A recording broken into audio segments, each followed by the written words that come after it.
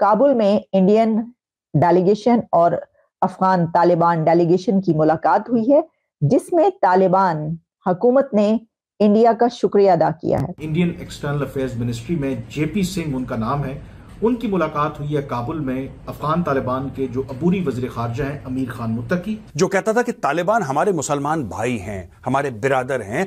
उन तालिबान के खिलाफ यूनाइटेड नेशन सिक्योरिटी काउंसिल में पाकिस्तान शिकायत करता है और यह कहता है कि भाई इनको समझाओ। अफगान तालिबान ने अपने दुश्मनों को उन्हीं की ज़बान में जवाब दिया और दुश्मन की ईंट से ईंट बजा दी। यानी वो कहते हैं कि जैसा मुंह वैसी चपेड़। अफगान तालिबान की तरफ से थैंक यू बोलने के बाद इंडिया से ये रिक्वेस्ट की गई है कि आप आए और यहाँ पर और भी काम करें, हमें आपकी जरूरत है। तो इस तरह की मुलाकात रेयर है कि जब फेस टू फेस बाकायदा तौर पर पब्लिकली उसके जो स्टेटमेंट है दोनों फरीकैन ने जारी भी किया, दोनों ममालिक ने। यही नहीं, तालिबान ने सबके लिए आम माफी का ऐलान करते हुए कहा है कि जी किसी को हमसे डरने की जरूरत नहीं है, खौफजदा होने की जरूरत नहीं, और ये बड़ी बात है। अफगानिस्तान माशाल्लाह से देख लें, वो तालिबान हमें कहते हैं हम आपके साथ हैं और इंशाल्लाह वो आके हमारे साथ कश्मीर फतह करके देंगे। ये कह रही है कि वो हमारे भाई हैं तालिबान वाले और वो हमें कश्मीर दिलाएंगे। ये किसने आपको कोई व्हाट्सएप आया होगा कि तालिबान आपके साथ मिलकर के कश्मीर आजाद कराएंगे?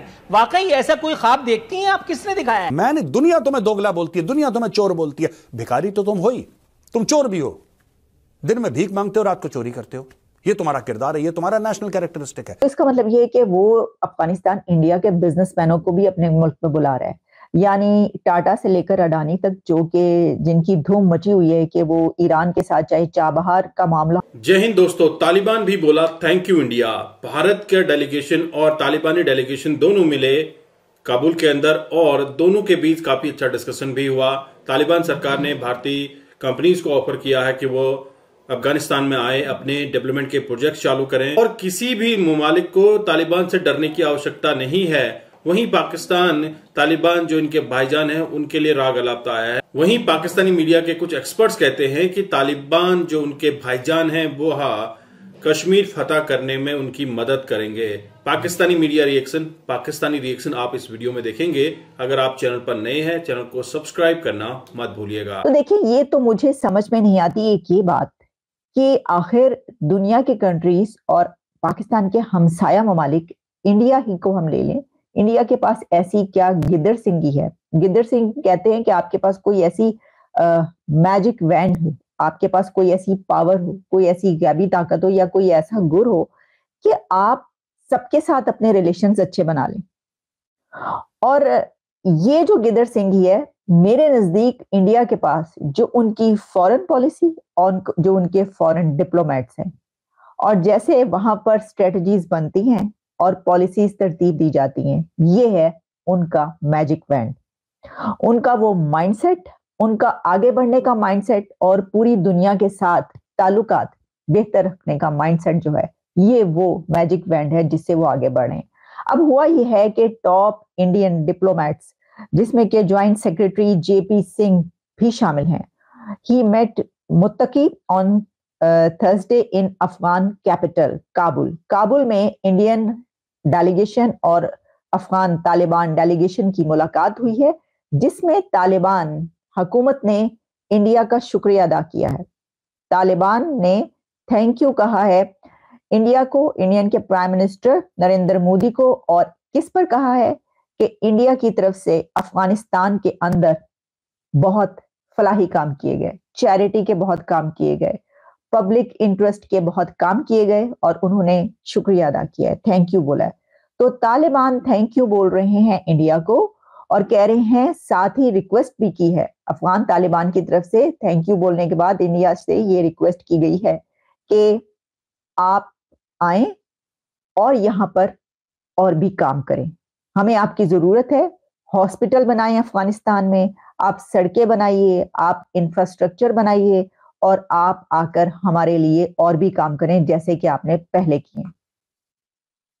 तो पाकिस्तान कहाँ है?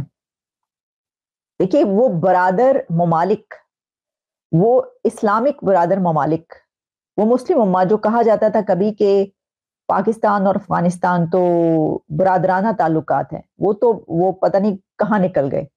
वो तो आप छोड़ ही दीजिए, हवा हो गए वो ताल्लुकात। अगर आप पिछले कुछ साल उठाकर देख लें तो जितने खराब ताल्लुकात अफगानिस्तान के पाकिस्तान के साथ पहुंचे हैं, तो उससे ज्यादा तो किसी के साथ नहीं हुआ, बल्कि ईरान के साथ भी। लेकिन अफगानिस्तान के साथ तो हर दूसरे महीने जंग तक हालात पहुंचे होते हैं।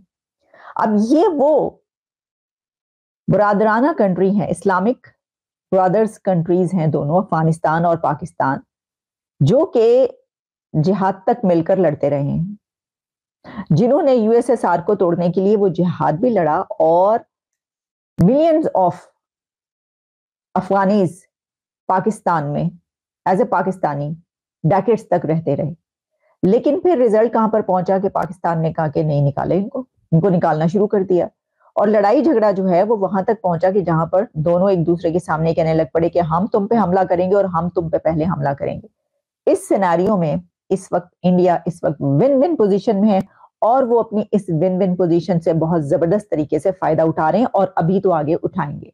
इसकी वजह यह है कि जब अफगानिस्तान की तरफ से ये कहा गया है कि आप जो हैं आए और हमारे साथ काम करें, हमारे मुल्क के अंदर काम करें जैसे पहले आप करते रहे, तो इसका मतलब ये है कि वो अफगानिस्तान इंडिया के बिजनेसमैनों को भी अपने मुल्क में बुला रहा है। यानी टाटा से लेकर अडानी तक, जो कि जिनकी धूम मची हुई है कि वो ईरान के साथ चाहे चाबहार का मामला हो या कहीं कोई और इजराइल में हैफा पोर्ट हो, कहीं पर भी हो, तो अब वही बिजनेसमैन और इंडिया के वही आइकॉन्स और वही उनकी ताकत जो है वो अफगानिस्तान पहुंचकर वहां पर भी और डेवलपमेंट्स के काम करेंगे। तो अफगानिस्तान कहा जाता है कि मिनरल्स के मामले में खजाना है वहां पर, लिथियम से लेकर कौन कौन सी धात और क्या कुछ नहीं है। चाइना भी जो है वहां पर उसकी प्रेजेंस मौजूद है और वो भी लिथियम के लिए और इस तरह के जो है जो मिनरल्स हैं उसके लिए पूरी दुनिया के कंट्रीज वहां पर जाना चाहते हैं। वो तो उनके हालात और वहां पे जंगो जदल का जो मामला था उस वजह से नहीं जा रहे थे, अब तो हर किसी की ख्वाहिश है।